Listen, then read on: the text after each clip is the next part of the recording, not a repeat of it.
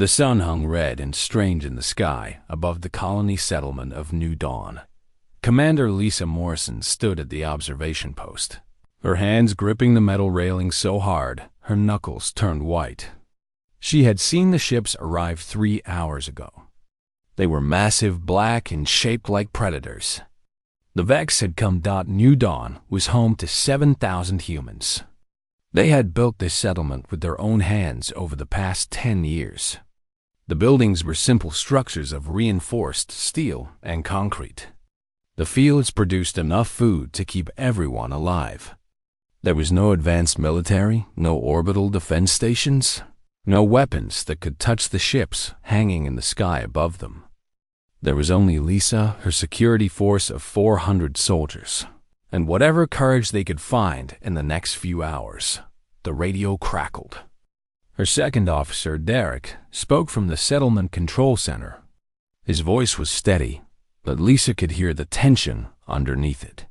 "Ma'am, they're broadcasting on all frequencies. They demand we surrender. They say they represent the Vex Empire." Lisa did not answer right away. She looked at the ships again. One of them descended slowly, creating wind that rattled the buildings below. The landing gear extended, and the massive vessel settled onto the plain outside the settlement with a force that made the ground tremble. "How long do we have?" Lisa asked. "They gave us 1 hour to respond," Derek said. "They said if we refuse, they will begin the assault." Lisa finally turned from the window. She was 52 years old, with gray streaking through her black hair. Her face was weathered from years in the sun, but her eyes were sharp and dark. She had studied history at university before the colony program recruited her. She had read about ancient Earth. She had read about the ways men and women had fought and survived when they had nothing but intelligence and will. "Assemble the command staff," Lisa said. "I will speak to this Vex commander myself." Derek did not argue. Whatever Lisa Morrison decided, the people of New Dawn would follow. She had earned the trust. 20 minutes later, Lisa walked across the barren ground toward the ship. She went alone. That was important. She wanted the Vex to see a human without soldiers behind her. One person, alone, willing to face them. The cargo door of the ship opened and descended like a ramp. Inside, the air was cold and smelled of something Lisa could not identify. Her eyes adjusted to the blue lighting inside the vessel. 3 figures stood waiting for her. The Vex commander was called Zexter. He was nearly 3 meters tall, with skin the color of dark stone. His body was covered in technology, devices and weapons integrated directly into his flesh. His face had no expression that Lisa could read. 2 guards stood behind him, equally massive, equally armed. Zexter spoke, and the translation device in Lisa's ear converted his language to English. His voice was like grinding stone. "You are the leader of this settlement? I am Commander Lisa Morrison. I speak for New Dawn." Zexter made a sound that might have been laughter. "You are primitive. This is clear. Your technology is centuries behind. Your weapons cannot touch our ships. You have no orbital defense. You have no military capability of any value. Surrender now, and you will be taken alive to work on Vex industrial stations. Refuse, and we will destroy everything here." Lisa looked directly into Zexter's face. She could not read what emotions lived behind those inhuman eyes, but she had learned in life that all beings, no matter how advanced, made the same mistake. They assumed that inferior technology meant inferior intelligence. They assumed that lesser weapons meant lesser will. "I will not surrender," Lisa said quietly. Zexter stepped forward. "You understand what I am telling you. Your weapons cannot hurt us. Your soldiers cannot stand against our forces. You are choosing to die." "I am choosing to fight," Lisa said. "What comes after that, we will see." The Vex commander made that grinding sound again. This time, Lisa understood it was definitely laughter. He found her answer amusing. That was good. Underestimation was a tool Lisa could use. You have 1 hour to change your decision, Zexter said. After that, we begin. Humans will die, Commander. Many humans. For nothing. Lisa turned and walked back toward the settlement without waiting for more words. She could feel Zexter's eyes on her back as she crossed the open ground. The cargo door hissed shut behind her. She had exactly 1 hour. When she reached the control center, Derek and the others were waiting. The maps were spread across the table. The settlement was marked with red lines showing their defensive positions. They were not good positions. They were not strong positions. But they were what they had. Listen to me, Lisa said. We are not going to fight them the way they expect us to fight. We are not going to line our soldiers up in front of their ships. We are not going to try to match their weapons against ours. That is how we lose. That is how we die for nothing. She pointed at the mountains to the north of the settlement. That is where we go. That is where we survive. A young soldier named Cameron spoke up. Commander, you want us to abandon the settlement? Just leave it? I want us to survive, Lisa said. The buildings can be rebuilt. Our families cannot. She looked at each face in the room. Fear was there, but so was something else.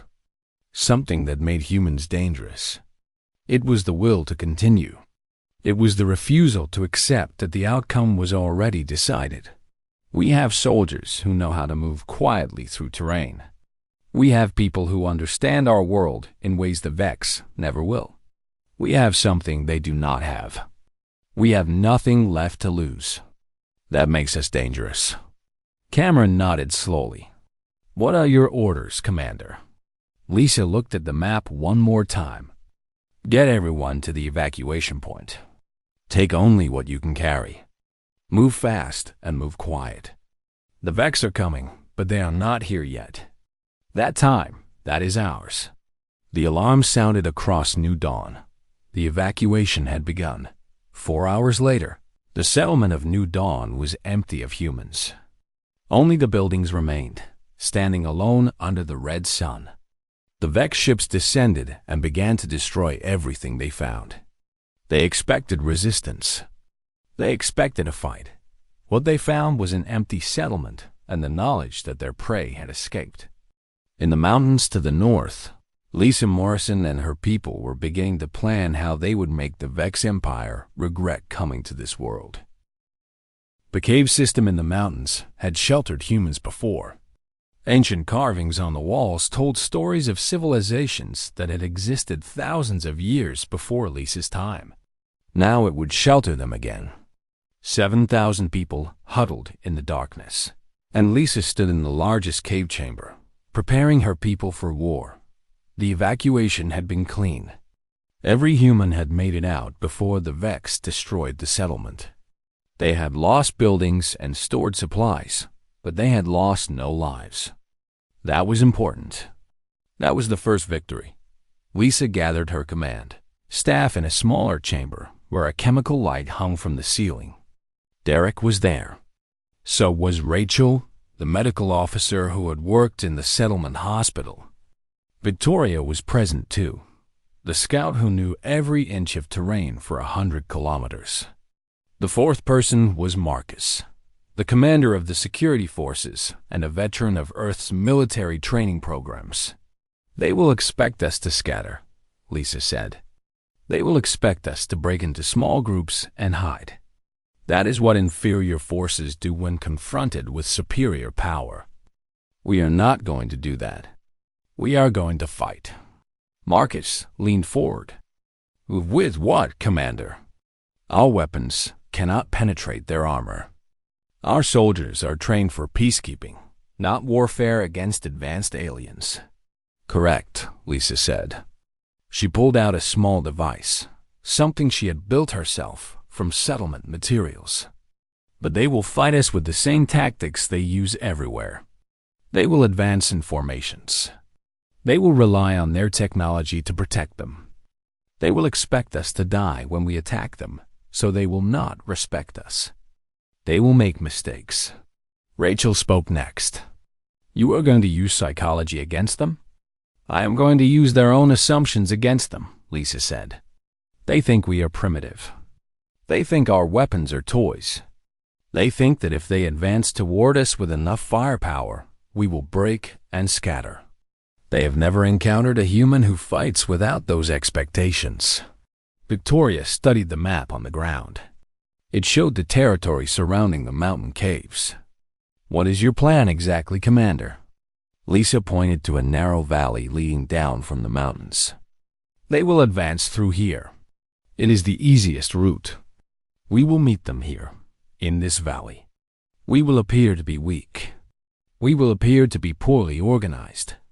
They will attack, and we will run, making them think we are beaten. But we will run into terrain that we have prepared. We will run into traps. Derek frowned. What kind of traps? We do not have advanced technology to create defensive systems.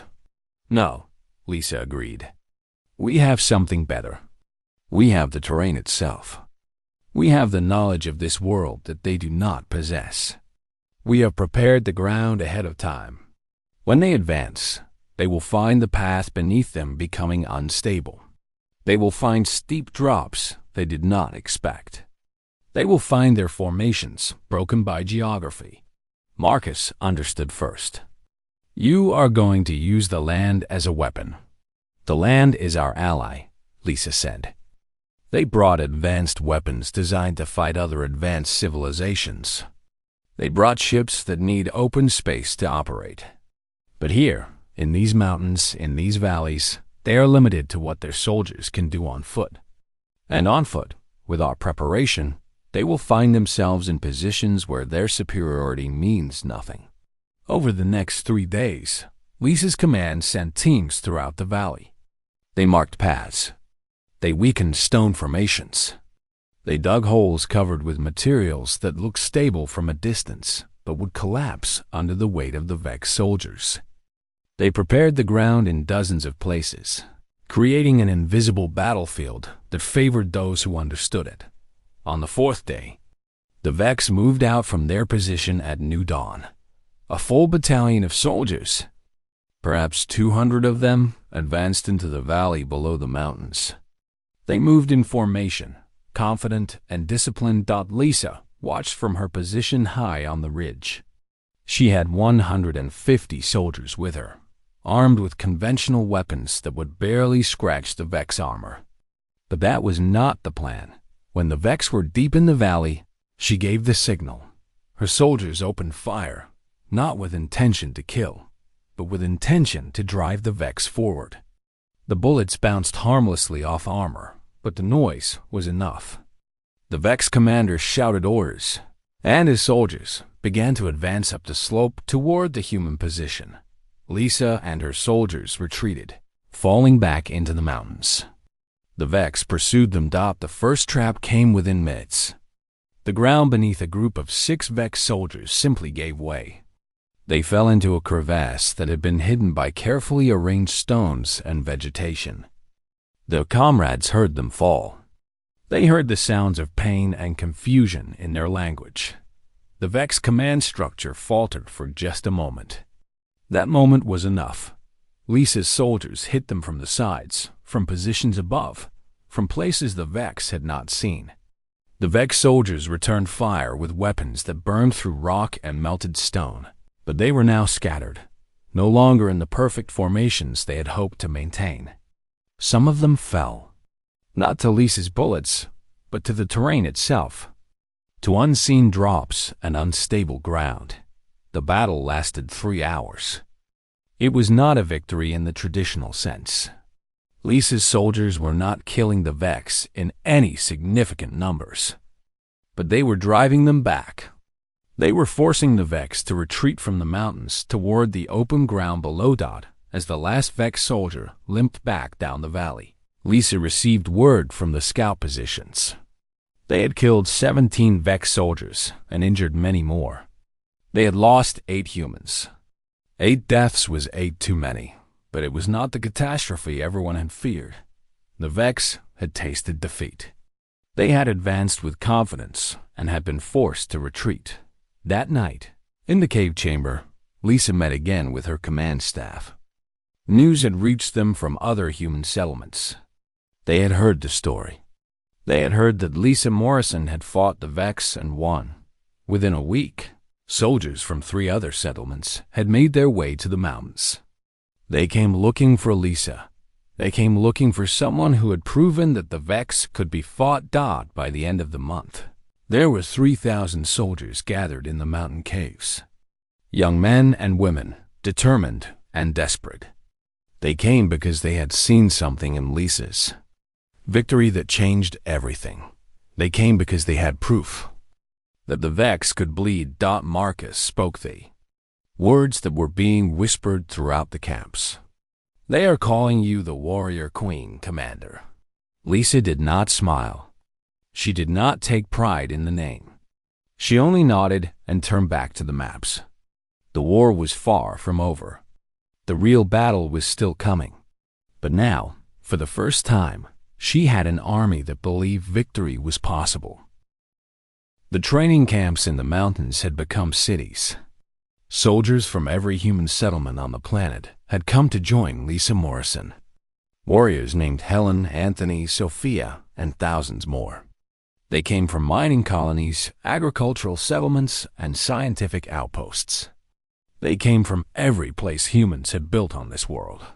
Lisa had transformed the mountain caves into a war machine.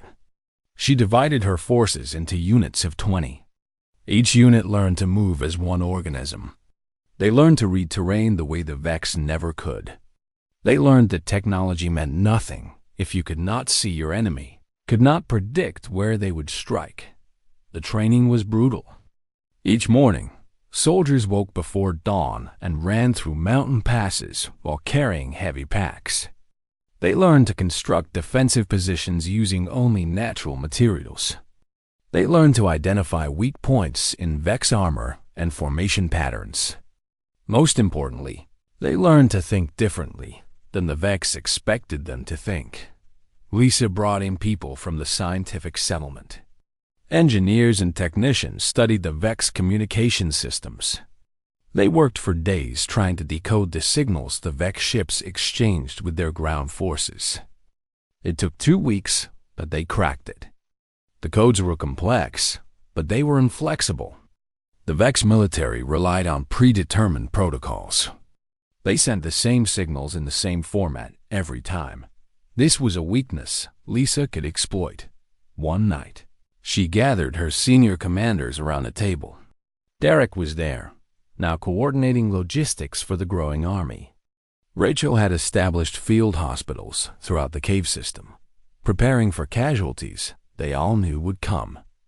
Victoria had mapped every inch of terrain within 50 kilometers. And Marcus had taken over training operations, pushing the soldiers harder each day. The Vex have established a command post at the destroyed remains of New Dawn, Victoria reported. They have 40 soldiers stationed there permanently. More arrive and leave on a rotating basis. They are reinforcing their position. They are preparing for a major assault, Lisa said. It was not a question. They realize we are a greater threat than they initially assessed. Derek nodded grimly. We have intercepted communications.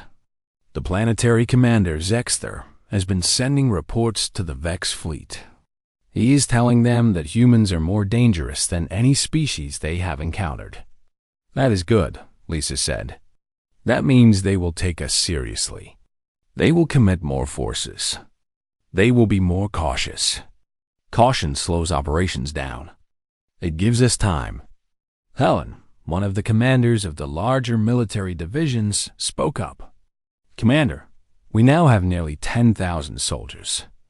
But the Vex can bring down reinforcements from orbit. They can destroy us anytime they choose. Only if they choose, Lisa said. They will not choose that option if they believe they can conquer us through conventional military means. Zexter is a soldier. Soldiers pride themselves on defeating enemies. He will want to prove that the Vex military can overcome human resistance. He will not want to simply destroy the planet from the sky. That is not how military officers think. Sophia, the youngest of the senior commanders at only 32, leaned forward. "What are you proposing?" "We are going to give them a victory they cannot achieve," Lisa said. "We are going to make them think they are about to destroy us, and then we will show them what real resistance looks like." Over the next month, more soldiers arrived. Other settlements sent supplies hidden in the dark. The Vex occupation force remained relatively small, scattered across several defensive positions. They did not seem to realize how many humans had gathered in the mountains. Lisa used every hour of this time. She studied Vex movement patterns. She identified their supply routes. She discovered that the Vex received resupply shipments every 5 days from the orbital stations. Those resupply shipments came down in shuttles that landed at prepared zones outside the command post. If those shuttles could not land safely, the Vex soldiers would become isolated. Without ammunition and food from orbit, their superiority would begin to fade. 2 weeks before the full Vex assault was scheduled to begin, Lisa launched her first major operation.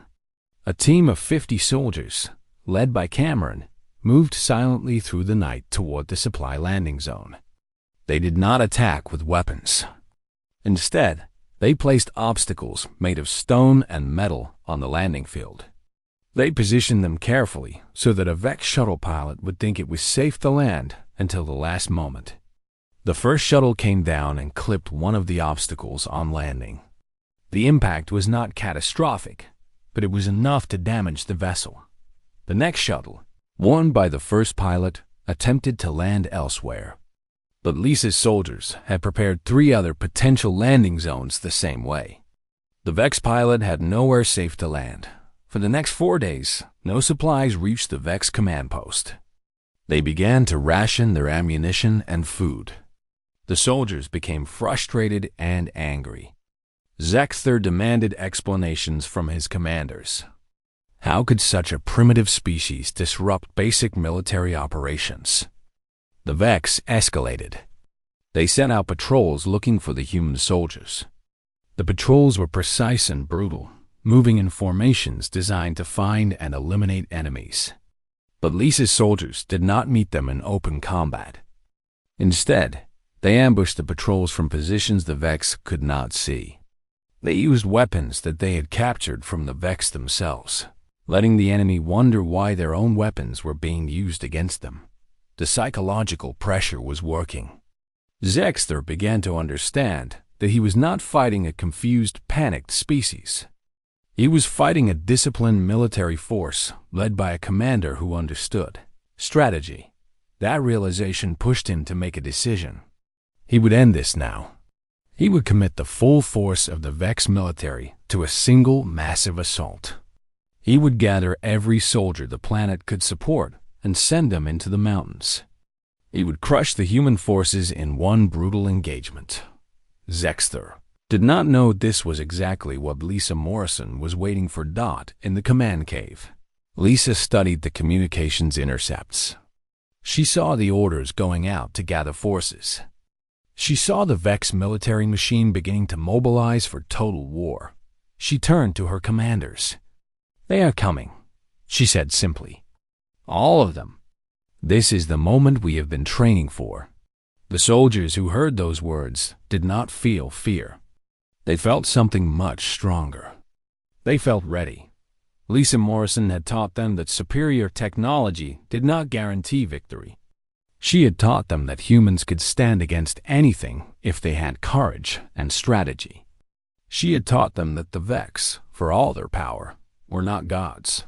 Now they would prove she was right. The morning of the assault arrived with red sky and cold wind. Zexter had assembled 500 Vex soldiers, the largest force he could bring to bear on a single planet. They marched out from New Dawn in perfect formation, their weapons ready, their armor gleaming in the light. They had received orders to eliminate every human on the planet. They had been promised that this would be simple. Lisa watched them from the ridge overlooking the valley. Her soldiers were positioned throughout the mountains in locations the Vex did not know existed. She had hidden them behind rock formations and in caves. She had given each unit a mission. When the signal came, they would execute it with precision. The Vex advanced into the valley in 3 columns. They expected the humans to make a stand. They expected to see organized resistance. Instead, what they saw was confusion. A group of 200 human soldiers appeared on the ridge to the north, clearly visible. They opened fire at the advancing Vex force. The bullets harmlessly bounced off armor, but the message was clear. A fight had begun. The Vex commander, an officer named Braxor, immediately ordered an assault on the ridge. 250 Vex soldiers peeled away from the main force and began advancing up the slope. This was the first wave of battle, and the Vex believed they were crushing an obvious enemy position. But Lisa had planned for this dot as the Vex soldiers climbed the ridge. The human defenders retreated. The Vex pursued them up the slope, following what seemed like a running enemy. What they did not see was the ground had been prepared. The path they climbed had been weakened in dozens of places. Pits had been dug and carefully covered. Natural formations had been cut from within, making them unstable. When the Vex force had climbed halfway up the ridge, the ground beneath the first wave gave way. Soldiers fell into crevasses and pits. Others found solid ground, dissolving beneath their feet. 23 Vex soldiers fell or were injured. The formation broke apart. The climbing soldiers no longer moved as a unified force. They spread out, trying to find stable ground, and they became vulnerable. From hidden positions above them, human soldiers opened fire with precision, not trying to kill through armor penetration, but targeting the exposed joints and connections where Vex technology integrated with flesh. 4 more Vex soldiers fell. The rest retreated, dragging their wounded back down the slope. The main force of Vex soldiers, seeing the defeat of the assault team, hesitated. They had lost 27 soldiers in minutes. This had not been part of the plan, but Zexter was not a commander who accepted hesitation. He studied the terrain and made a new decision. He would send his soldiers through the valley itself, moving along the flattest ground. He would advance through the heart of the mountains, crushing all resistance. This was exactly what Lisa had anticipated. The second wave of the assault began as the Vex main force advanced down the valley floor. Suddenly, human soldiers appeared from every direction, not as a unified force, but as small units striking and then disappearing. They attacked from above, from the sides, from positions the Vex had not secured. Derek's engineering teams had prepared supply line interception points. As the Vex soldiers advanced, their ammunition and communication networks became unreliable. Cargo drones that were supposed to deliver supplies were destroyed by coordinated human attacks. The Vex soldiers found themselves cut off from support. More critically, Victoria's scouts had located the mobile command centers that directed Vex operations. These were vehicles with sophisticated communication equipment. When Lisa gave the signal, teams of human soldiers struck them with focused attacks. The command centers were destroyed. The Vex military structures suddenly lost the ability to coordinate effectively. Without unified direction, the Vex soldiers became confused. Orders that should have been relayed were not. Soldiers in different sections of the valley did not receive the reinforcement they needed. They began to retreat toward more secure positions. Then something unexpected happened. The intercepted communications showed that Bradley, a lieutenant in the Vex forces, had begun giving orders independent of the command structure. He was rallying soldiers around him. He was organizing a counterattack. Lisa saw this in the communications reports and made an instant decision. She could not allow the Vex to reorganize. She stood up and turned to Marcus. "Get me a small team. I am going to the valley floor." Marcus did not hesitate. Yes, Commander. 10 minutes later, Lisa stood in the open valley with a strike team of 20 soldiers. The Vex were still confused, still processing their losses. The human soldiers in their hiding positions watched, wondering what their commander was doing. Lisa and her team advanced toward the center of the Vex force. They were not hiding. They were walking directly toward the enemy. The Vex soldiers saw them and began to fire. Bullets and energy weapons tore through the air. 2 of Lisa's soldiers fell, but the rest kept walking forward. They were not trying to win through firepower. They were trying to prove something. They were trying to prove that humans could face the Vex without breaking. Zexter emerged from his damaged command vehicle. He saw Lisa walking toward him across the open ground. Around them, the battle raged. Vex soldiers fought against human defenders emerging from every position. The organized Vex assault had become a chaotic struggle. When Lisa reached him, she was bleeding from a burn wound on her shoulder. She raised her weapon not to fire, but to lower it deliberately in front of Zexter. An act of defiance and respect. "We have not defeated you yet," she said. "But you can see that you will not defeat us. You came here believing that superior technology meant inevitable victory. You were wrong." Zexter stared at her. In the code of his people, this moment meant something. A warrior stood before him, bloodied but unbroken. She had not retreated. She had come to meet him directly. He did something then that shocked his own soldiers. He lowered his weapon. "You have earned the respect of the Vex," Zexter said. "But there will be consequences for this." "I understand," Lisa said. "But today, you will leave this planet. Tomorrow, you can worry about consequences." The remaining Vex soldiers began to retreat.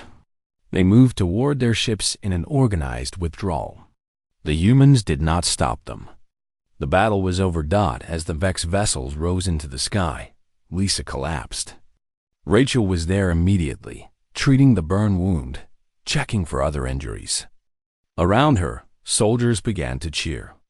Not because they had achieved total victory, but because they had survived. Because they had proven that even against overwhelming odds, humans could fight. Lisa had lost 147 soldiers in the battle. The Vex had lost over 100. More importantly, the Vex Empire would now know that humans were not an easy enemy. 3 months after the Vex retreat, the city of New Sanctuary stood where New Dawn had been destroyed. The human settlement had been rebuilt, but it was different now. It was a military center. Soldiers trained in the valleys and the mountains. Defenses were permanent structures, not temporary camps. The age of innocent colony settlements had ended. The age of human warriors had begun. Lisa stood at the highest point in the city, looking out at the training grounds. Soldiers moved through the terrain with precision and speed. They were faster now, stronger, more disciplined. They had fought the Vex and survived. That knowledge changed everything about how they saw themselves. The message from the Vex Empire had arrived 2 weeks ago. Zexter had submitted his official report to the Vex Council. He had detailed the battle. He had described the human tactics, the strategic brilliance, the willingness to fight even when the odds seemed impossible. The report concluded with a simple statement. Humans were more dangerous than any species the Vex Empire had encountered in 300 years of expansion. The message from the Council had followed. No further aggressive action would be taken against humans. Instead, the Vex would respect human space. They would offer trade agreements. They would treat humanity as an equal. That message had spread throughout the galaxy like fire. Other species had heard that humans, a species that had only recently escaped their homeworld, had defeated the Vex military. Other species had heard that humans could fight, and that they would fight, and that they could win. From every human settlement on the planet, delegations came to New Sanctuary. They came to see Lisa Morrison and to witness the transformation she had created. Young soldiers wanted to join her military academy. Political leaders wanted to form alliances with her. Military commanders from other settlements wanted to learn her tactics. But Lisa had changed since the battle. She was tired in a way that sleep could not fix. She had sent people to their deaths. She had ordered the destruction of Vex soldiers. She had made decisions that balanced the lives of her own soldiers against strategic necessity. The weight of command was heavier than she had anticipated. One evening, a young soldier named Cameron found her at the observation point where she had stood 3 months earlier. He was one of the first who had believed in her. He had survived the entire war without serious injury. "The Council wants to make you the supreme commander of all human military forces," Cameron said. "They want to centralize authority under your command." Lisa was quiet for a long time. "I am not a commander because I want power. I am a commander because I was the only one who could see a way to survive." "That is not the same thing. What will you do?" Cameron asked. "I will establish a military academy," Lisa said. "I will teach others what I know about strategy, about terrain, about how to fight when you are outgunned. I will spread this knowledge so that it does not depend on one person. I will make sure that no human settlement is ever as defenseless as we were." News of her decision spread quickly. Soldiers from other settlements came to learn. Commanders from different planets sent their officers. Within a year, Lisa's academy had trained 3,000 military leaders. They went back to their settlements and established their own units, their own training programs. The knowledge multiplied and spread. Lisa established something else as well. She created the Historical Archive, a library dedicated to studying human conflict. Military strategy from Earth's past was studied alongside lessons from the Vex War. Young soldiers learned how ancient humans had defeated enemies with superior technology through intelligence and adaptability. They learned that this was not new. This was what humans had always done. 2 years after the battle, the Vex Empire sent an official delegation to New Sanctuary. They came with trade proposals and technology offerings. They came to establish diplomatic relations with a species that had proven itself worthy of respect. The delegation leader, a Vex official named Thrax, met with Lisa in the Great Hall. "You have changed the course of history," Thrax said. "Other species heard about your victory and began to resist the expansion of the Vex Empire. 3 species have refused our demands for territory. 2 others have demanded better trade terms. All because they believed if humans could defeat us, perhaps they could as well." Lisa accepted this information without surprise. She had understood from the beginning that her victory meant more than just the defense of one planet. It meant that the galaxy would be different now. The strong would still be strong, but they could no longer assume that strength meant dominance.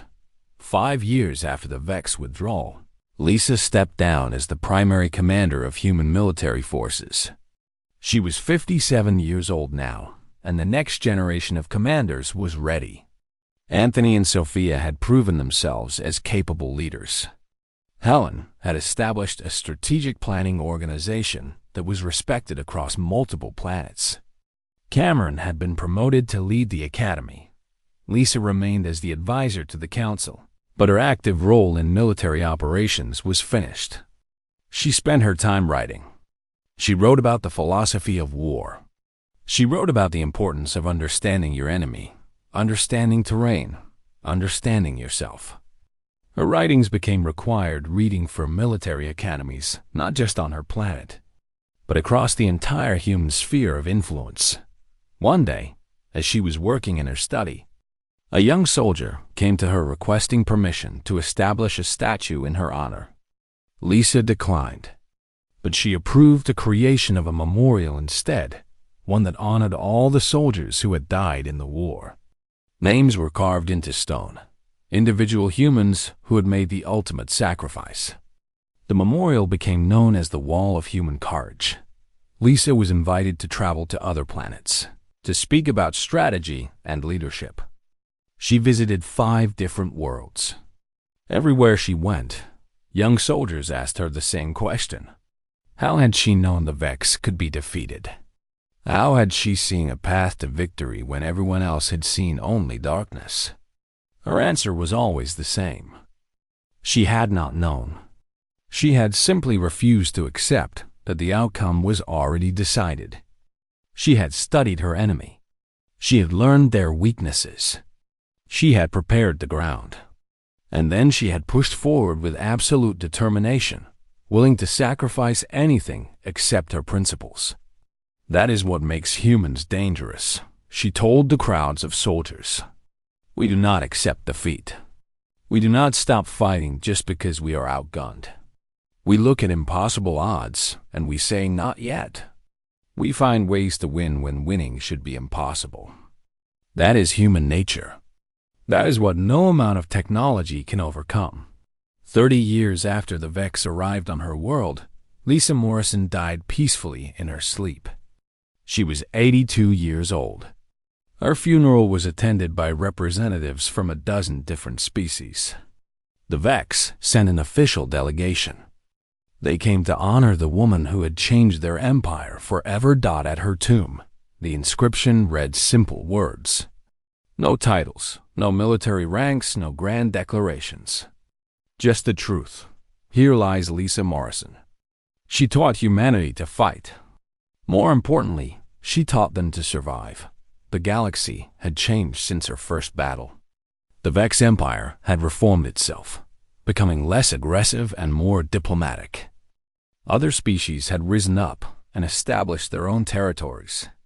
Humans had spread across a dozen star systems.